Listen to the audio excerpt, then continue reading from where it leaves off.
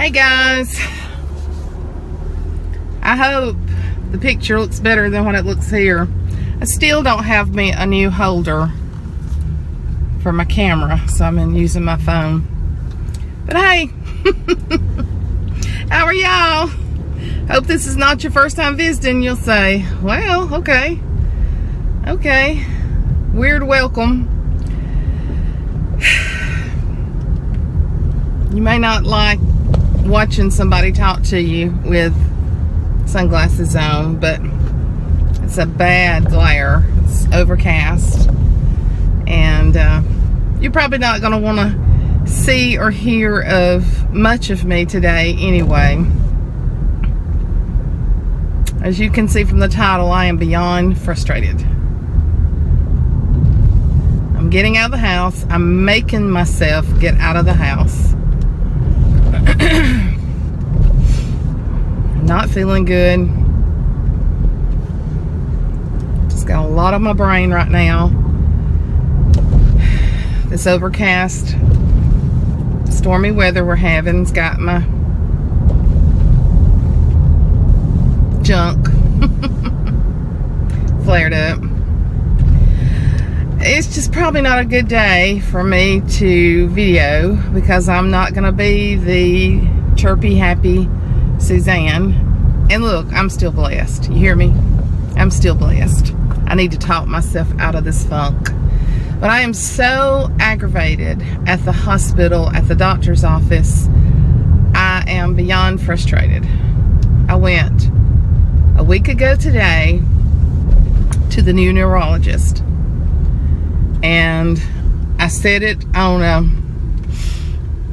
live feed the other night, and then I took it down because I really didn't want it on there. I really didn't want my mother knowing exactly what I was having done, but she knows I'm having a test done, or let me say I'm supposed to be at this point. But I didn't want her to know exactly what they were doing, so that's the reason I hadn't put it out on video. But I'm supposed to be having an angiogram done, a tube in there, and then they put dye up into the main arteries of your brain to see if there's any blockage and to try to see where the brain bleed came from, where it originated from, all that, to know, you know. And I don't know why they didn't do this in the hospital. Now that I think about it, because it was the professor of neurology that was my doctor that weekend, so I don't know why they didn't do it. I don't know. I don't know. I just don't know. Anyway, so I saw the doctor last Tuesday, and I told you this is not going to be a real happy video, so if you don't want to watch it, you don't have to. But I got my bullet journal out, and I wrote down everything he was saying because I tend to forget. And when you're at a doctor's office, you tend to not to hear everything and process everything. So it's a good idea to write it all down, and I did. He said specifically, I said, how long will it take to get this test scheduled and done? He said, oh, they do them rather fast. You should have it done within a week to 2 weeks, and I want to see you back in 3 weeks after the test. John heard it. I heard it. I asked the question. Well, I waited all last week and never got the phone call to schedule the test. So, didn't hear a thing. So I called yesterday and told them that, you know, that he thought I was going to be having it done within a week, and I've not even got a phone call from anybody to schedule the test.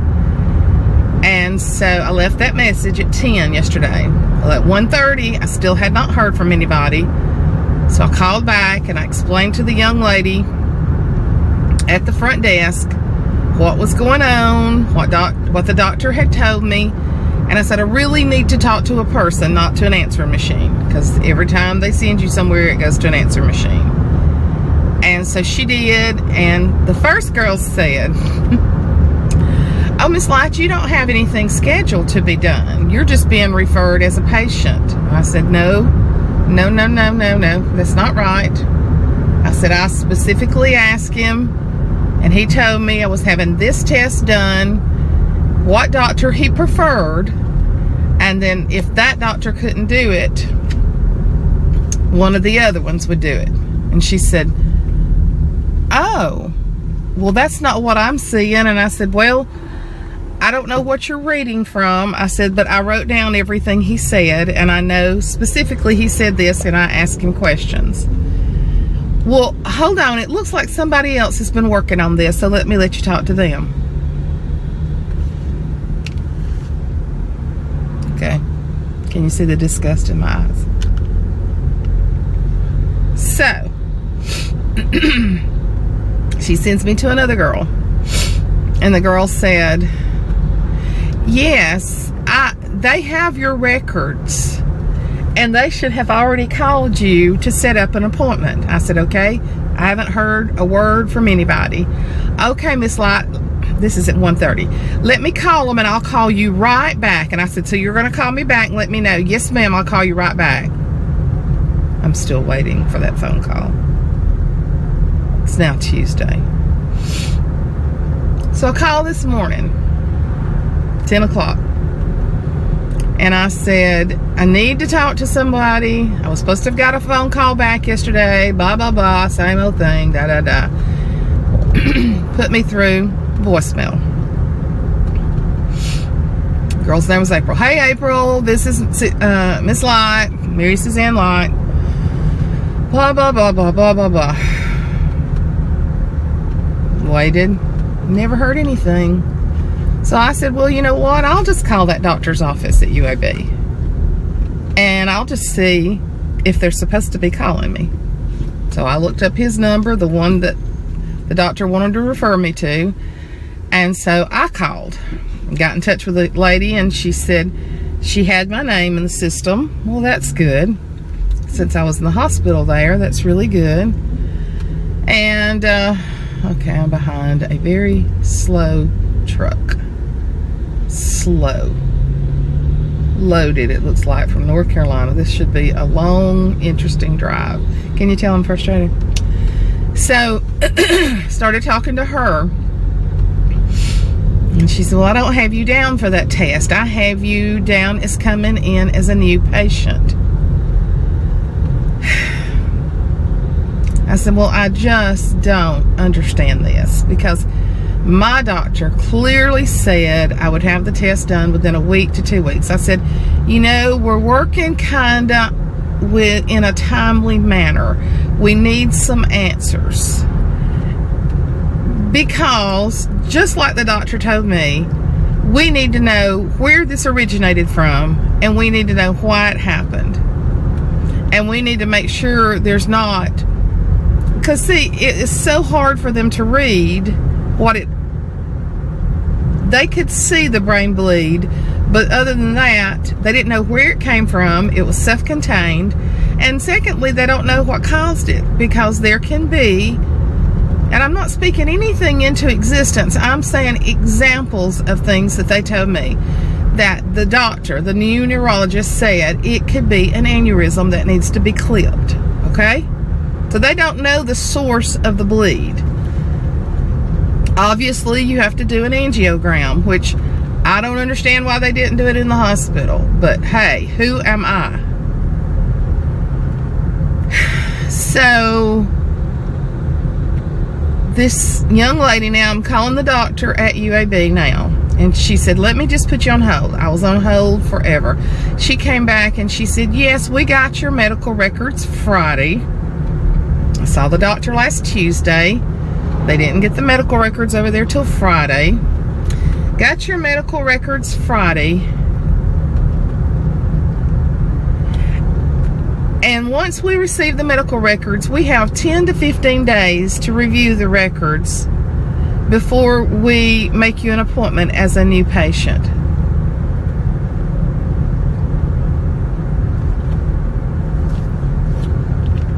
I said, well, obviously this doctor doesn't know what he's talking about, or he has communicated with somebody and they don't know they're supposed to be working me in, or either he worked at UAB, he knows, so obviously he doesn't have a clue.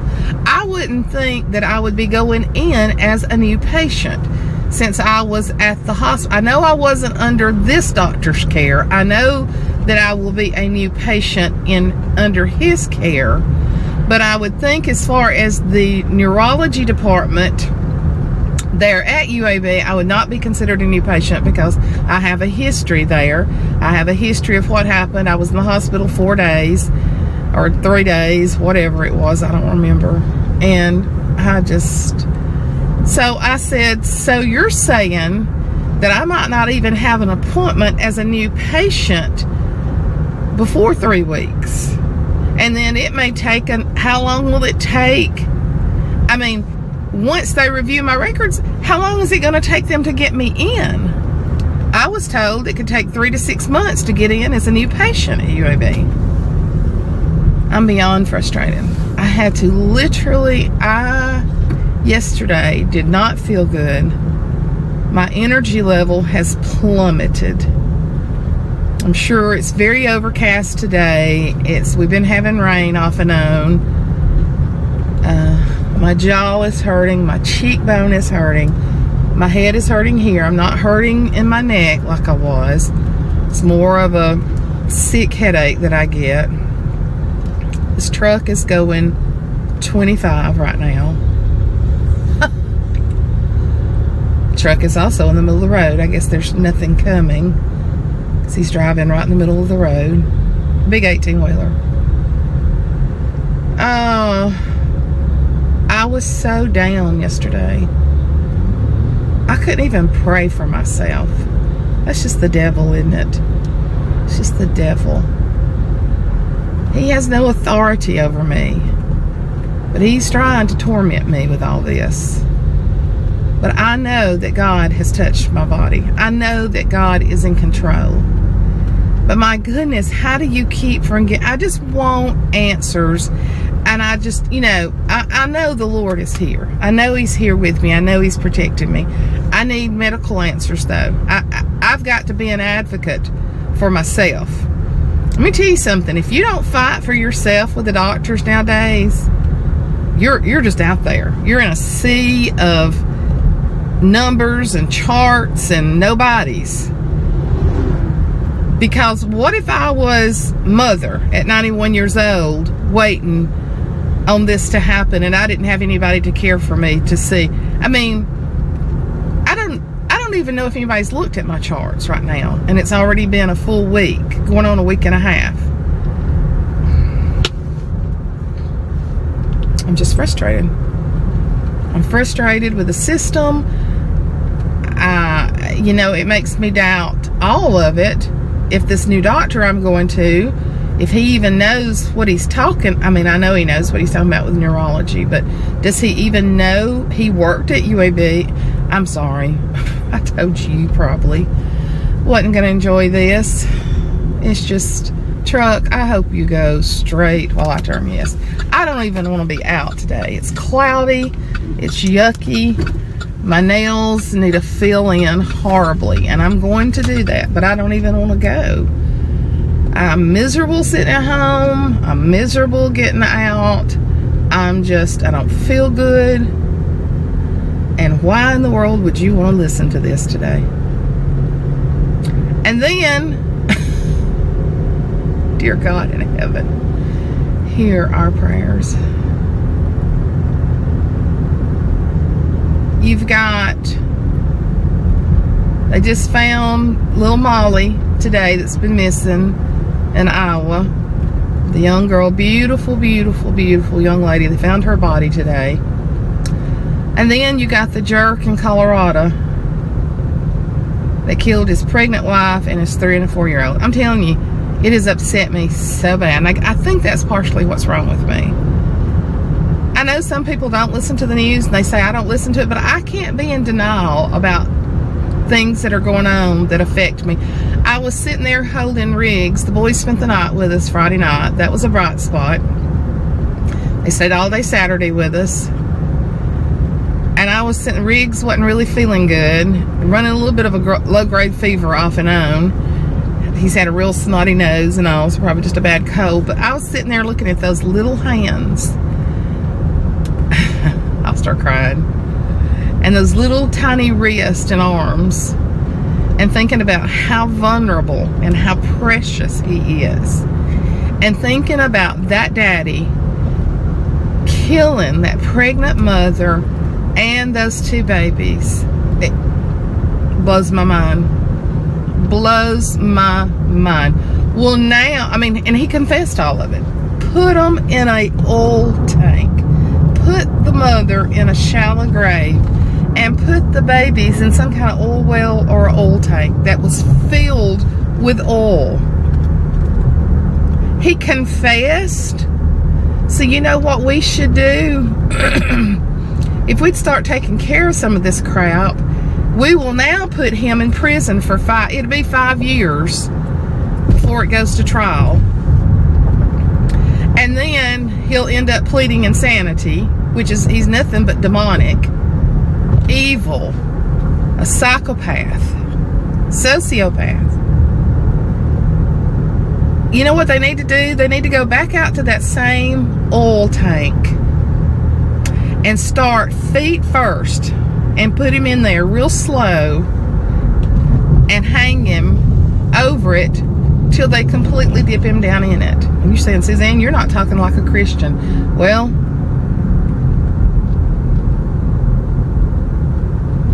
it's just the way I feel right now. I'm telling you.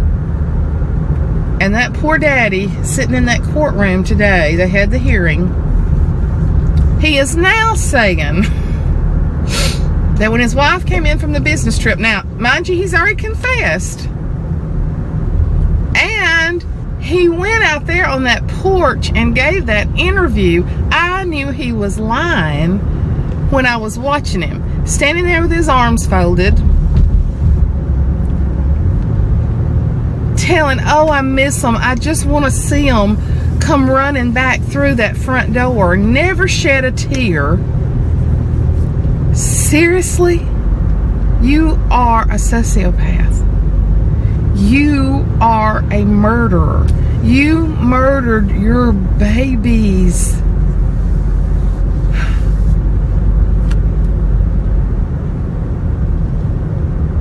Beyond frustrated.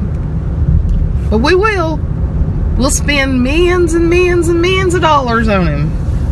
Or $1 million on him, whatever. But it'll be 5 years before it ever goes to trial. Three to 5 years. He confessed.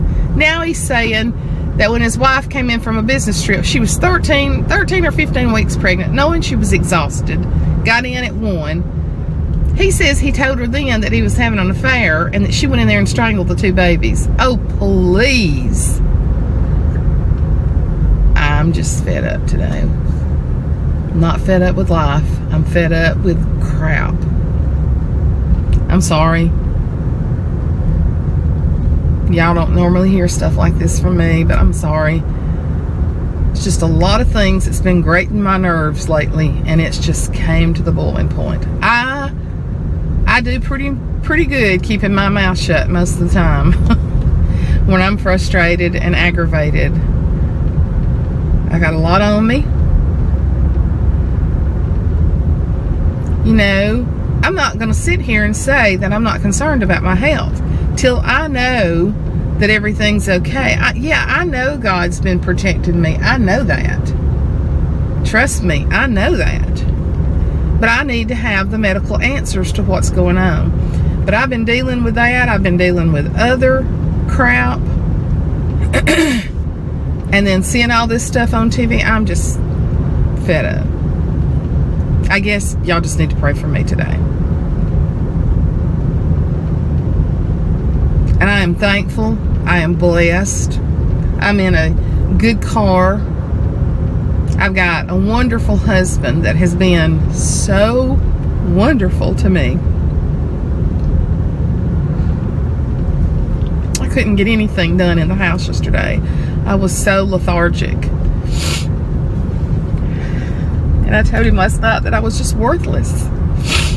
that when, you know, I've worked all these years and I retire and I'm so physically exhausted, until you've dealt with chronic fatigue and fibromyalgia, you don't know what fatigue is. I mean, you don't know. It's debilitating fatigue. It's horrible fatigue. And my poor little mother, she says all the time, I'm so sorry that you're having to do all this. And I'm like, Mother, don't be that way. Don't be that way. I do this because I love you. But I have to tell you that sometimes I take her places and I can barely move. And I have to smile and put a happy face on when I don't even feel like moving.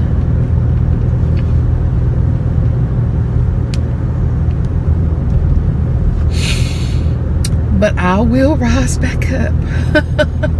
I will eventually hear from that doctor. God will work it out. He will make a way where right now there doesn't seem to be a way. And look, guys, I'm not complaining. God's good to me, and y'all know that I tell you that He's good to me. I'm just frustrated. We all go through times that are hard and that are frustrating, and I've just had a lot on me the last few months. But God is good. And just saying that God is good, I feel His warmth going through me. He knows I'm having a hard time. And He cares and He loves. And I think He's probably saying right now, I'm so glad you got out of that house. Yesterday, I couldn't go anywhere. Holly and I were supposed to purge clean again yesterday, and I had to text her, and I had to tell her that I had a headache and that I couldn't do it. But she's been a little bright spot in my life. She's been a blessing. My sister-in-law, Felicia, has been calling me. Dana has been checking on me. My brother has been checking on me regularly and concerned and knowing that I'm having a hard time. Of course, Ashley and John have just been tremendous, and my girlfriends have been great. So I guess I just needed to release today. I guess I needed to talk to somebody about my frustrations today, and y'all were it. I'm sorry that I've unloaded like I have. I'm sorry that I've unloaded. But sometimes we need to unload, and we're friends, aren't we? And I will come out of this. Bible study starts in 2 weeks, and that's what I said this morning. I said, Lord, I've got to get my mind focused and get ready for this, because it's exciting to me to start Bible study back. So I'm excited about that. Feel better. Talked a lot. Cried a little. Sighed. Inhale, exhale. Going to get me something to eat, and going to get my nails did. That'll make me feel better. They're so long right now. They're just, so make me feel better. Taking Mother to the eye doctor tomorrow, and keeping my boys Friday. So everything's good. I love y'all. If you made it this far, God bless you.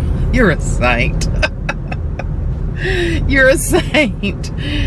So I hope you made it this far to see me go from gloom and doom to at least smiling. But I appreciate y'all so much. Pray for these families that have lost these lost loved ones. You know, I know the whole nation is feeling like I'm feeling. That's what's so bad. It rocks our world. And you think about how you would feel if it was you. Just pray for those families. I love you. John 10:10 says that the evil one, the devil, comes to steal, kill, and destroy. But God says, I come that you might have life and have it more abundantly. And I'm asking God for abundant life over me today and over you. I love y'all. Thank you for listening. Bye-bye.